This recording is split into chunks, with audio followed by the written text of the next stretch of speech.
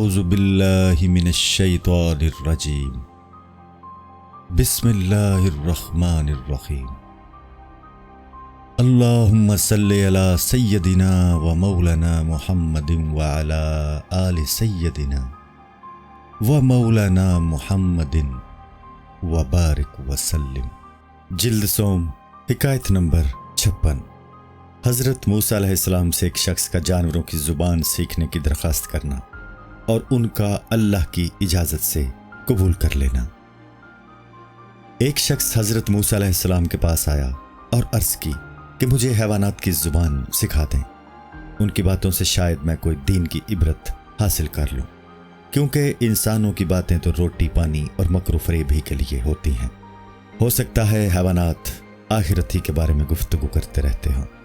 حضرت موسیٰ علیہ السلام نے فرمایا، یہ خیال نہ کر، کیونکہ اس میں بہت سے خطرات ہیں۔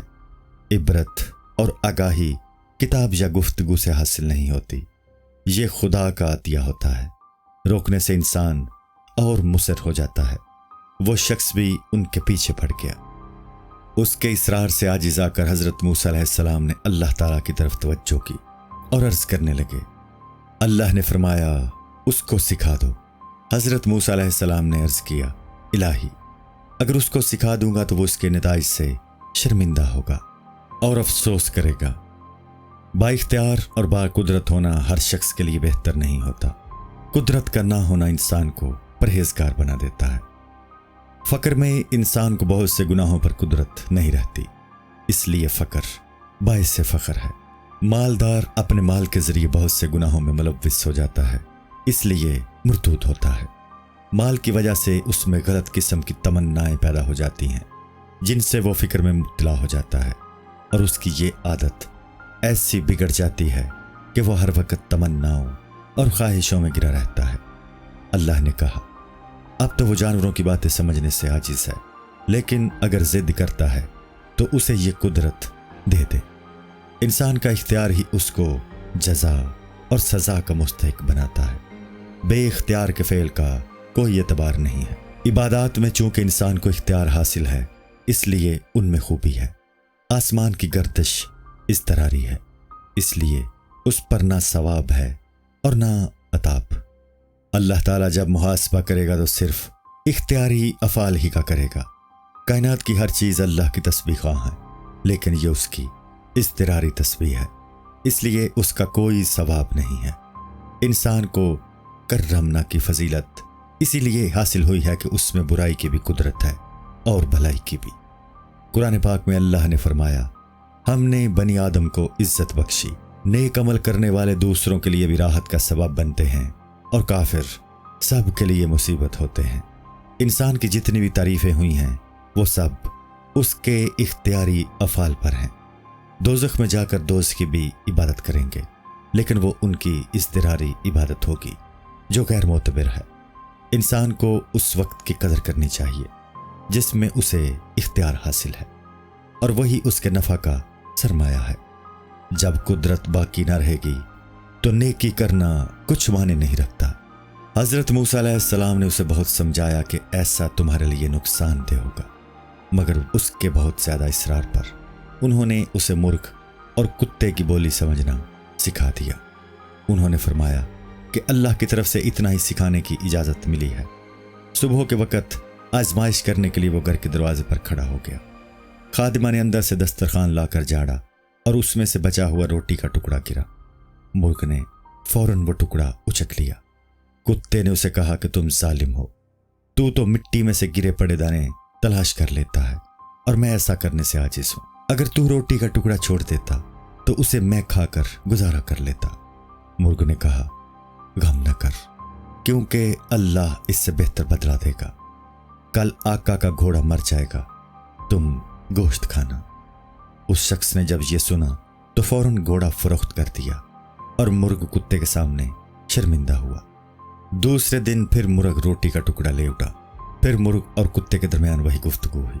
اس مرتبہ مرغ نے کتے سے کہا کہ وہ گھوڑا دوسری جگہ جا کر مر گیا ہے، لیکن کل اس کا خچر مر جائے گا، اس لیے تیرا پیٹ یقیناً بھر جائے گا۔ اس شخص نے اس دن خچر بھی بیچ دیا۔ تیسرے دن پھر ایسا ہی واقعہ ہوا۔ کتا مرغ سے بولا، اے جھوٹوں کے سردار، تو مجھے بھوکا مارنے پر تلا ہوا ہے۔ مرغ بولا، اس نے خچر جلدی سے بھیج دیا اور وہ وہاں جا کر مر گیا، لیکن کل اس کا غلام مر جائے گا، خوب روٹیاں پکیں گی جو کتوں میں اور مانگنے والوں میں تقسیم کی جائیں گی۔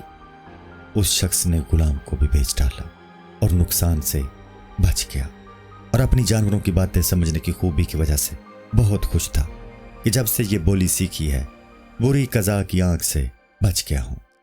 اگلے دن ٹکڑے سے محروم کتے نے کہا، او بکواسی مرغ، تو کب تک مجھ سے چکر کرے گا اور جھوٹ بولے گا؟ مرغ بولا، میری قوم جھوٹ نہیں بولتی، ہمیں اگر کہیں بند بھی کر دیا جائے تو مؤذن کی طرح صحیح وقت پر اذان دے دیتے ہیں۔ جس طرح مرغ آسمانی سورج کے طلوع ہونے سے آگاہ ہو جاتا ہے، اسی طرح اولیاء رحمت اللہ تعالی علیہم حق تعالی کے پاس پان ہیں، اور انسانوں میں جو اسرار خداوندی ہیں ان کو پہچان لیتے ہیں۔ مرغ سے تو کبھی کبھار غلطی ہو ہی جاتی ہے، اور معصوم تو صرف انبیاء علیہ السلام ہیں یا جبرائیل علیہ السلام جو وحی لاتے تھے۔ مالک نے مرغ کی بات کو سن کر غلام کو بیچ دیا، اور غلام دوسرے گھر میں جا کر مر گیا۔ مالک نقصان سے بچ گیا، لیکن وہ نہیں جانتا تھا کہ آگے قضا اس کے لیے کیا انتظام کر رہی ہے۔ یاد رکھو، اگر تیرے مال کا کچھ نقصان ہوتا ہے تو غم نہ کر، اس میں کوئی نہ کوئی نفع ضرور ہوتا ہے۔ کتے کے برا بلا کہنے سے مرغ نے بتایا کہ فکر نہ کرو، مالک اپنے نقصان دوسروں پر ڈالتا رہا ہے، لیکن اب وہ خود کل مر جائے گا۔ اس کے غم میں وارث گائے ذبح کریں گے، کل تجھے خوب چکنی غذا کھانے کو ملے گی۔ وہ بے وقوف اپنی تھوڑی سی تکلیف سے بھاگا، لیکن نتائج پر نگاہ نہ رکھی۔ درویشوں کے مجاہدے اور جسم کی بے آرامی اسی وجہ سے ہوتی ہے کہ ان کا نفع حاصل ہو۔ انسان جو کچھ بھی کرتا ہے بدلے کے لالچ میں کرتا ہے، بے غرض کام تو اللہ تعالیٰ کی ہی صفت ہے۔ اولیاء رحمت اللہ تعالیٰ علیہم چونکہ اخلاق خداوندی حاصل کر لیتے ہیں، اس لیے ان کے کام بھی بے غرض ہوتے ہیں۔ اللہ کے کام بے غرض اس لیے ہیں کہ وہ بے نیاز ہے، اور انسان کے کام غرض پر اس لیے ہیں کہ وہ محتاج ہے۔ بچہ بھی جب تک ایک دوسری اچھی چیز نہیں دیکھ لیتا، پہلی چیز کو نہیں چھوڑتا۔ دنیا کے سارے کام عوض اور بدلے کی بنیاد پر چلتے ہیں۔ ہم کسی کو سلام کرتے ہیں تو بدلے میں اس کے سلام کا انتظار ضرور کرتے ہیں۔ صرف اللہ کی طرف سے جو سلام بھیجا جاتا ہے وہ غرض سے خالی ہوتا ہے۔ تو بھی اس سلام کی جستجو کر۔ میں نے اہل اللہ کی زبان سے اللہ کا پیام و سلام سنا ہے، میں اسی سلام کی توقع پر عوام کا سلام دل و جان سے قبول کرتا ہوں اور سنتا ہوں کہ شاید انہی میں سے کوئی اس طرح کا سلام ہو۔ اہل اللہ کا سلام اللہ کا سلام اس وجہ سے ہو جاتا ہے کہ انہوں نے اپنے آپ کو فنا کر دیا ہے، اور اب وہ فنا فی اللہ اور باقی باللہ ہیں، اس لیے ان کی زبانوں پر اسرار خداوندی ہوتے ہیں۔ مجاہدوں اور ریاضتوں سے جسم کو فنا کیا جاتا ہے تو روح زندہ اور قوی ہو جاتی ہے۔ اہل اللہ کو یہ درجہ اسی لیے حاصل ہوتا ہے۔ جانوروں کی بولی سیکھنے والے نے جب مرغ کی زبانی اپنی موت کی خبر سنی تو گھبرا گیا، اور فوراً حضرت موسیٰ علیہ السلام کے پاس حاضر ہوا۔ حضرت موسیٰ علیہ السلام نے فرمایا کہ دوسری چیزوں کو فروخت کر کے جس طرح تو نقصان سے بچتا رہا ہے، اسی طرح اب اپنے آپ کو بھی فروخت کر دے۔ تو نے اپنا نقصان دوسروں کے گلے ڈالا۔ یہ باتیں جب تک بید میں تھیں میں اسی وقت سمجھ گیا تھا، لیکن تو اپنے برے انجام کو اب سمجھا ہے۔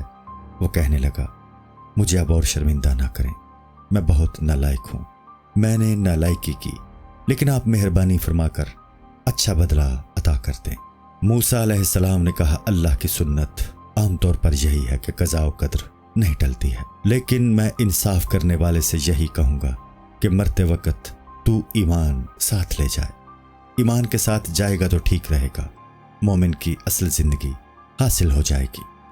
حضرت موسیٰ علیہ السلام ابھی یہ باتیں کر ہی رہے تھے کہ اسے متلی شروع ہو گئی اور نزا کی کیفیت طاری ہو گئی۔ اے انسان، تو حضرت موسیٰ علیہ السلام کی نصیحت سن لے اور قضاء و قدر سے ٹکرانے کی کوشش نہ کر۔ حضرت موسیٰ علیہ السلام نے اس کے لیے دعا کی، یا الہی، اس گناہ گار کی خطا پر گرفت نہ فرما اور اپنی شہنشاہی کا مظاہرہ کرتے ہوئے اسے معاف فرما دے۔ اس نے زیادتی کی ہے، میں نے اسے بہت سمجھایا لیکن یہ نہ مانا۔ ازدہے پر صرف اس شخص کو ہاتھ ڈالنے کا حق ہے جس کی لاٹھی اژدہا بننے کی صلاحیت رکھتی ہو، اسی طرح جو اپنے ہونٹ بند نہیں رکھ سکتا، اس کے لیے غیب کے راز جاننا مناسب نہیں ہے۔ یہ شخص اہل نہ تھا، راز سے واقفیت حاصل کر کے تباہ ہوا۔ حضرت موسیٰ علیہ السلام کی دعا پر اللہ نے فرمایا، ہم نے اسے ایمان عطا کیا، اگر تم چاہو تو ہم اسے دوبارہ زندگی بخش دیں، اور صرف اسے ہی نہیں بلکہ تمام مردوں کو زندگی بخش دیں۔ حضرت موسیٰ علیہ السلام نے عرض کیا، یا الہی، یہ دنیا تو فنا کی جگہ ہے، اگر زندہ ہو بھی گیا تو پھر مرے گا، اس لیے اسے دائمی زندگی بخش دے، اور دوسرے مردے بھی جو آپ کے دربار میں حاضر ہو چکے ہیں ان پر بھی رحم فرما، کیونکہ قرآن میں فرمایا گیا ہے، یقیناً تمام مخلوق ہمارے سامنے حاضر شدہ ہے۔